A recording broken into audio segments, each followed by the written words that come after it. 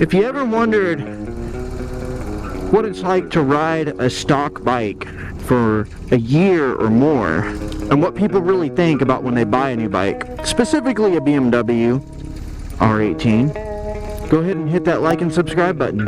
What's up, y'all? So today, I'm going to talk about my experience riding a stock BMW R18. So this is my 3-year update on riding this motorcycle.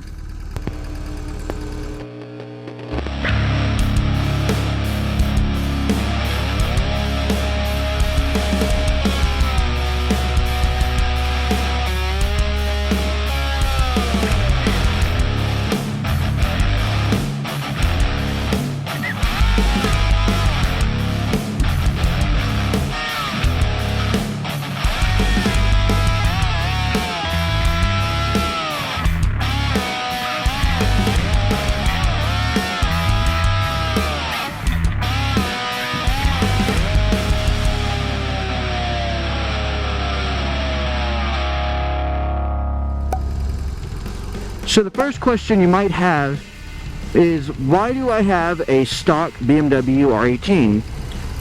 If you're interested in purchasing a BMW R18, pretty much any motorcycle, most people when they buy a new motorcycle, they buy a Harley, Indian, Honda, Yamaha, whatever, they typically get the bike brand new, stock off the floor, and immediately go, I want a new seat, I want higher bars, I want a sissy bar, I want foot pegs changed to floorboards, I want floorboards changed to foot pegs, I want extended reach, I want highway bars, I want lights added to the bike. People want all sorts of things added to their motorcycles when they first get them. And it might be weird that you're like, well, why didn't I grab anything new and put anything on the bike for myself? And the main reason is, I take the same approach to motorcycles that I do guitars or firearms. I don't go out and add a bunch of things to a motorcycle until I really get used to it to see if I'm going to like it. Because the truth of it is, if you don't like a motorcycle and you add all these things to the bike, that's not going to help it retain value if you're going to resell it almost immediately. You're going to lose money on that purchase. So for me, the best thing to do is to ride it, get used to it, figure out if it's worth keeping, if there's anything I don't like.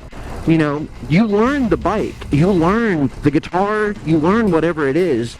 And once you come up to a really good conclusion of what you can live with and what you can't live with, you go, oh, well, the manufacturer built it for a reason with all of these things out the gate because they thought it was the best they could do, and there was intentions and reasons for it. So when you go ahead and you start just making an assumption with no experience riding it that you're going to change certain things about it, well, you're probably doing something that was meant for a reason, and it would be really smart for you to learn that reason for why it was like that, and to try to figure it out and use it to your advantage instead of just going, well, I want louder pipes, I want a fatter seat, a more comfier seat, I want a 2-up seat, I want a sissy bar this tall, I want to drop the bike, I want to, Lord knows, change out the lights, the LED lights for whatever reason. So, with that said, I typically will ride a motorcycle for a while before I decide on what exactly I'm going to change about it. And so for me, I've been riding this bike, and it's stock. I mean, the only thing that's obviously not stock is this right here. I added that myself. But besides that, everything is stock about this motorcycle. So the only real complaint I have is, I actually really do like where these handlebars sit. They're a good reach for me. If they were back just a little bit further, maybe about an inch or two, it would be a little bit better for me. But it's not like it's a complaint. They are absolutely comfy where they are, especially for me. In reality, the handlebars are probably the first thing that I would be like, I don't mind them being a little bit higher. The next thing that I would say I would want a little higher, pulling over to show you guys. So the handlebars are the first thing that I would bring up. Besides that, I have done quite a few miles in one sitting on this seat, and that BMW logo is metal, and that hits my tailbone because I am not a very big human being. I'm 5'10" with a 32-inch inseam. And I don't have a really big butt. Sorry ladies, I just don't. That hits me right in the tailbone and it hurts. That seat is probably the next thing that I would upgrade. Like, that's my only complaint. It is hard. A lot of people on forums talk about it. My wife has sat on this pylon. Obviously it's the stock pylon. It's not made for comfort. That's fine. This pylon, not very great. My wife would like a little bit more padding where I am not well endowed in the butt area. My wife, however, is. She would like a little bit more surface area, or at least more cushioning. So that would be another upgrade. Besides that, I personally prefer a sissy bar being added to the back so I can be able to carry stuff on there. And that's a personal preference. The bike's not going to come with that. Obviously BMW is going to make their own little aftermarket versions that are going to be, you know, probably just a passenger pylon pad on it, not really like tall, but that's really not a fault on BMW. Besides that, the pipes are not very loud. Now they look cool. That fishtail looks really cool. Not very loud. A lot of people complain about that. I would like a little bit louder, but I actually do like the look of the fishtail. And for me to go through and replace the fishtail with something that would be louder would eliminate part of the look of the bike that I like. So for the moment, I'm actually still fine with that. Besides that, the bike, it handles extremely well. I still have no issues with it. Part of the reason that I was really attracted to this motorcycle specifically was because shaft drive, I don't have to work on a chain or a belt nearly as much as other people do with other motorcycles. Just the shaft drive, it's just going to keep running. That being said, within the first 2,000 miles, I did have to change the oil on the shaft, and that was more my fault than anything. This screw right here popped out when I was on a 600-mile ride, and I admit I was going a little fast. I didn't notice it, but then I pulled over to get gas and noticed my rear wheel was covered in some type of oil, and it was shooting oil out of here, and I'd lost that screw. So I went to a dealership. They charged me essentially for an oil change, and then they added a screw for me. Other than that, I haven't had any issues with that shaft drive, and that was honestly my fault. I was riding the bike a little too hard within that first 2,000 mile range of initially getting the bike. I mean, the bike's holding up. It's dirty right now because I ride and I don't really clean it, but it's actually wiped down kind of nicely because I did ride through some rain, so it looks relatively clean at the moment. The LED light, actually, one thing to talk about here is this LED light, when it shines and you're in a turn, it actually activates a little beam on the side to show where you're leaning into. I actually really love that. The BMW cars do that as well, but this bike does that, and I love it. That is unbelievably helpful for a motorcycle rider, especially someone that rides rural like I do. I live out in the country. I'm always riding on country roads or in the middle of nowhere. Dual front brakes, excellent braking ability. This is a newer front tire. I burned through my first front tire at 10,000 miles. That's still the stock rear tire, and you can see I still have tread. I am planning on changing that out, but this is the end of my riding season. So for me, I'll probably be changing that out next month because I might not be riding as much this month. It just kind of depends on the weather. Today, the weather wasn't that bad, so I am out here riding so I can talk about the bike. But overall, I really do enjoy everything about this bike. The tires actually lasted way longer than I ever have on other bikes, which is also kind of surprising. I have thought about changing out these pegs for floorboards, but honestly, the way I normally wear boots, I'm wearing shoes right now, but when I wear boots, the way that this sits right there on that peg is actually perfect for me. And then I've actually enjoyed using these heads to warm up my hands and my feet. So overall, the bike has done me well. Well, there's people trying to work here. Let's get on the road.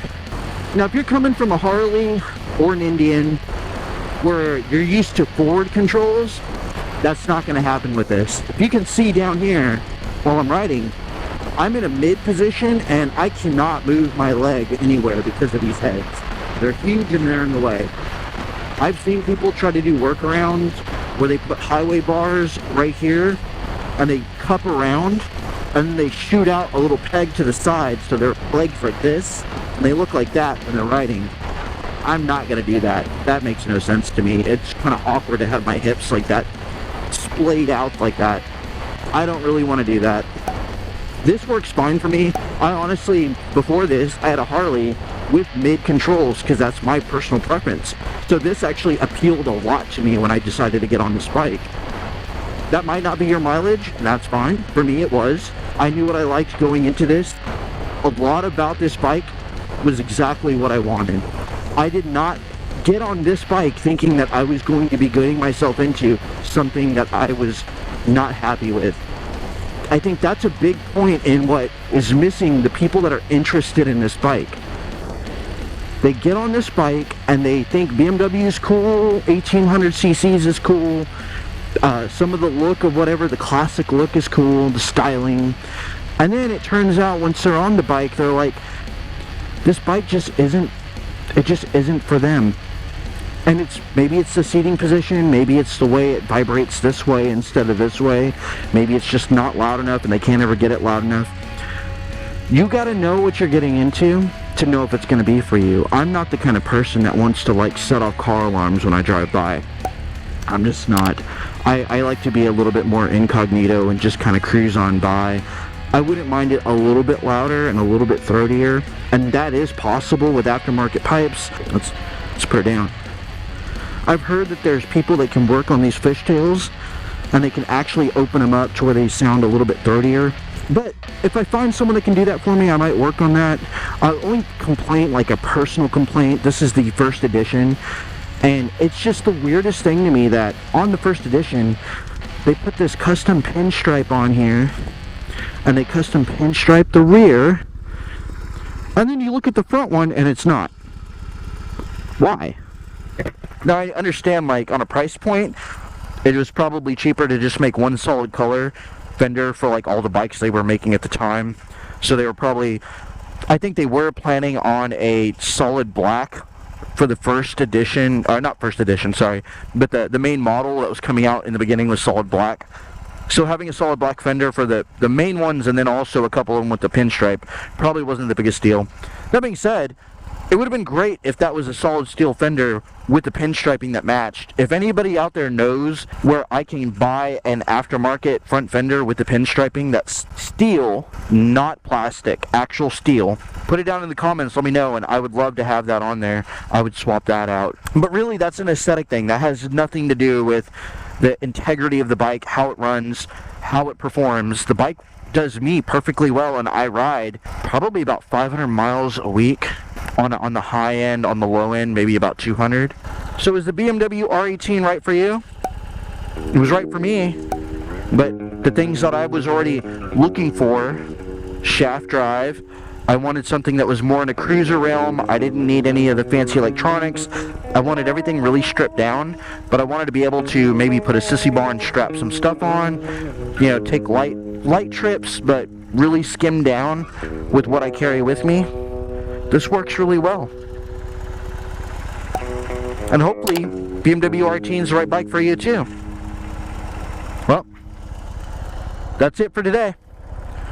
Remember, pull hard, play hard.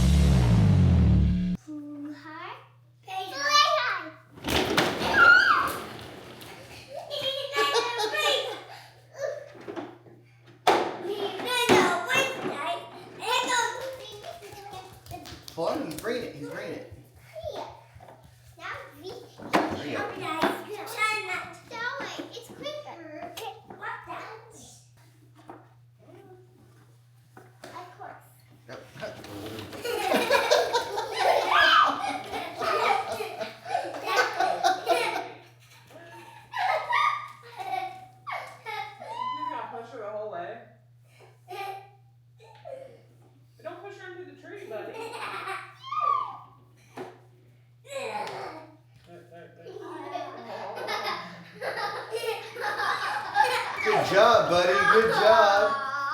She's like, Good job. oh.